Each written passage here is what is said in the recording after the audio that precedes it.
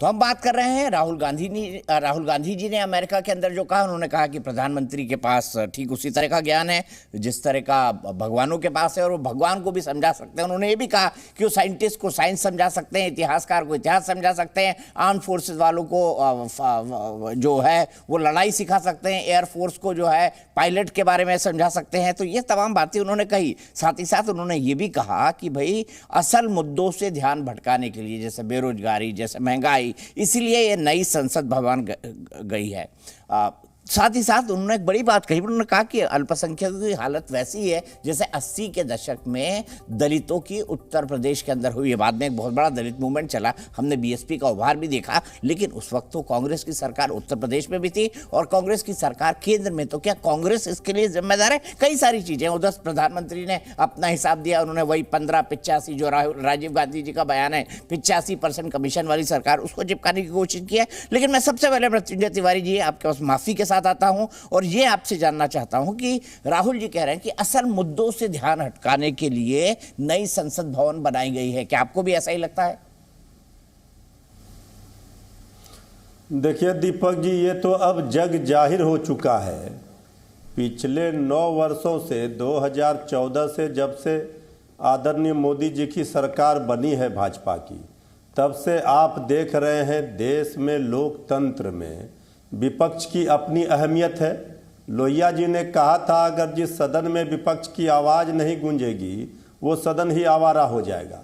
तो जिस तरह से विपक्ष की अहमियत कम कर दी गई है और उनको नज़रअंदाज किया गया, उसका तौहीन किया जाता है, तो आदरणीय प्रधानमंत्री जी तो हम लोगों के पूरे देश के 140 करोड़ देशवासियों के प्रधानमंत्री हैं, भाजपा के हैं नहीं।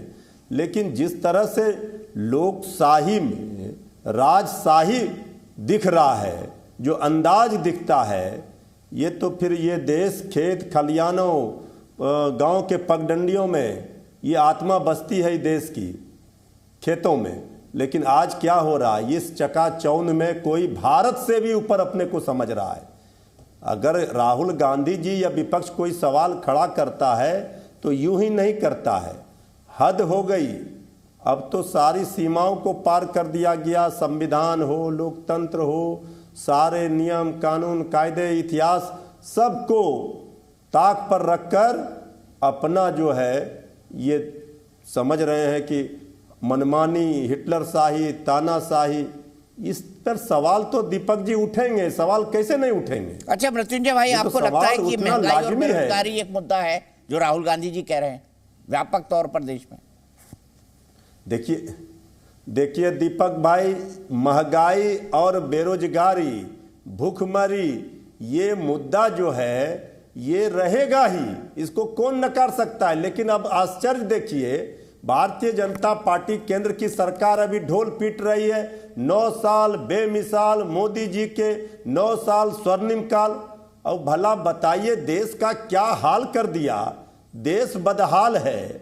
अब इनका तो जो स्थिति है आप देखिए, हमारी बेटियां, पहलवान बेटियां, उनका ख्याल नहीं है, लेकिन अपने छवि को चमकाने का बहुत ख्याल रहता है। अब तो भगवान बजरंगबली ने भी बीजेपी का समझ लिया चाल। अब इनको जो है कर्नाटका में कैसा किया कमाल।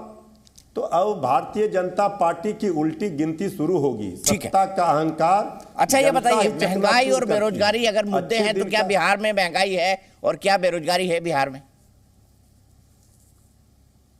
देखिए दीपक जी, बिहार में जब से नीतीश तेजस्वी की सरकार बनी, आपने देखा कि 9 अगस्त को सरकार महागठबंधन की बनी और 15 अगस्त को ऐतिहासिक गांधी मैदान में हमारे नेता तेजस्वी यादव जी ने 2020 में अपने घोषणा पत्र में 10 लाख सरकारी नौकरी का वादा किया था। लेकिन जब आदरणीय नीतीश कुमार जी के साथ हम लोग सरकार में आए, 5 दिन के अंदर ही 15 अगस्त को आदरणीय नीतीश कुमार जी ने कहा 10 लाख तो देंगे ही, 10 लाख और 20 लाख। और ये इतिहास में दर्ज है कि अभी 15 दिन पहले ही एक ही दिन में एक कैबिनेट में 2.5 लाख से ज्यादा नौकरियों को मंजूरी मिली नीतीश तेजस्वी की सरकार में। बीजेपी को हिम्मत है तो बताए कि किस सरकार में बीजेपी ने एक हस्ताक्षर में, एक कैबिनेट में 2.5 लाख से ज्यादा नौकरियों को मंजूरी। बताइए डीके दुबे जी, आप नीतीश सपोर्ट तेजस्वी करते हैं, की आप बताइए। सरकार है। मृत्युंजय के जी कह रहे हैं कि महंगाई, बेरोजगारी से हम निपट लिए बिहार में पूरी तरह से। देखिए ऐसा है, ये जो महंगाई और बेरोजगारी की बात कर रहे हैं, आजादी के बाद 60 साल शासन किसने किया? और आरजेडी ने तो, लालू प्रसाद यादव जी ने तो बिहार में लंबे समय तक शासन किया, और बिहार का क्या हाल था ये हमने सबने देखा। तो आज अगर वो बात याद आ रही है और ये कह रहे हैं कि हम जॉब निकाल रहे हैं, ठीक है, अच्छा है, लेकिन क्या इनके पास कोई बैकअप प्लान है उसका कि भाई जॉब तो हम निकालेंगे लेकिन डिफिसिट का बजट नहीं जाएगा? और भारत में लोगों को क्या मालिक बनाने का कोई प्रावधान रखेंगे कि भाई हम मालिक बनाएंगे देश में, लोगों को इतने व्यापार क्रिएट करेंगे और इतने बिजनेस क्रिएट कर देंगे कि लोग एंटरप्रेन्योर बन के निकले? मुझे लगता है कि माननीय मोदी जी जो कर रहे हैं वो एंटरप्रेन्योर बनाने की कोशिश कर रहे हैं लगातार, और व्यक्ति खुद में, स्वयं में व्यापारी बने, स्वयं में मालिक बने। क्या वो मॉडल अच्छा है या फिर ज्यादा डिफिसिट का बजट पार करके मॉडल अच्छा है? दूसरी बात जो इन्होंने अभी बड़ी अच्छी कही कि राजशाही दिखाई दे रही है। मैं जहां तक राजशाही की परिभाषा जानता हूं वो ये है कि भाई पिता अपने पुत्र को जो सत्ता हस्तांतरण करता है वो राजशाही होती है। वंशानुगत तरीके से राजा अपना राजा तय करता है। लेकिन मुझे ये पूरे इस सिस्टम में समझ नहीं आया कि माननीय मोदी जी कौन सी राजशाही से यहाँ स्थापित हुए?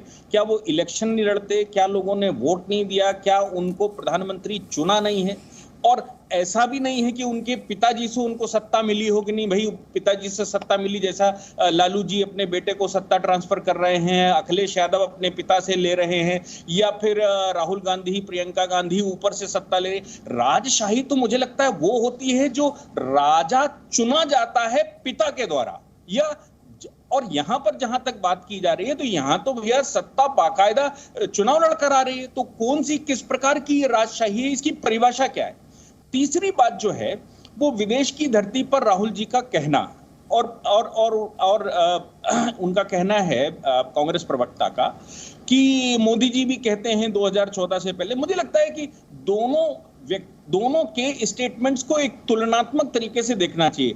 एक भारत को डिग्रेड, आज प्रेजेंट टाइम पर डिग्रेड करता है, और एक प्रेजेंट टाइम पर भारत में निवेश बढ़े, भारत पर लोगों का विश्वास बढ़े, भारत में लोग आए, भारत को वैभव की तरफ ले जाए, भारत की छवि सुधरे प्रोस्पेक्टिव वे में। तो दो चीजें हैं, एक प्रोस्पेक्टिव वे में है कि भाई हम अच्छा और भारत को अच्छा सुधारने की कोशिश कर रहे हैं, आप आइए निवेश करिए, आप आइए यहां पर व्यापार बढ़ाइए।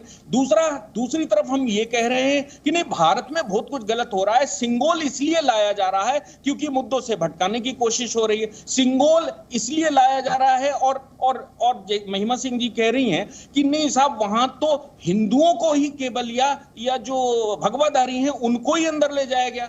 मैं तो समझ ही नहीं पा रहा हूं कि हम डेटा ले कहां से रहे हैं, हम उसकी मानसिकता हमारी क्या है। मुझे लगता है कि जब हम बात करना शुरू करते हैं, खासतौर से विदेश की धरती पर, आप देश में करते हैं, हम आप सब एक साथ बैठे हुए हैं, कोई समस्या नहीं, लेकिन विदेश की धरती पर जब बात करते हैं तो बोलते समय हम सबको ध्यान रखना चाहिए, क्या भारत के प्रोस्पेक्टिव वैभव तरफ ले जाने की बात कर रहे हैं, या हम ये बता रहे हैं कि भारत बहुत खराब है, आप आइए? नहीं सर, आगे तो बहुत गलत हो जाएगा। ठीक है महिमा जी, बताइए।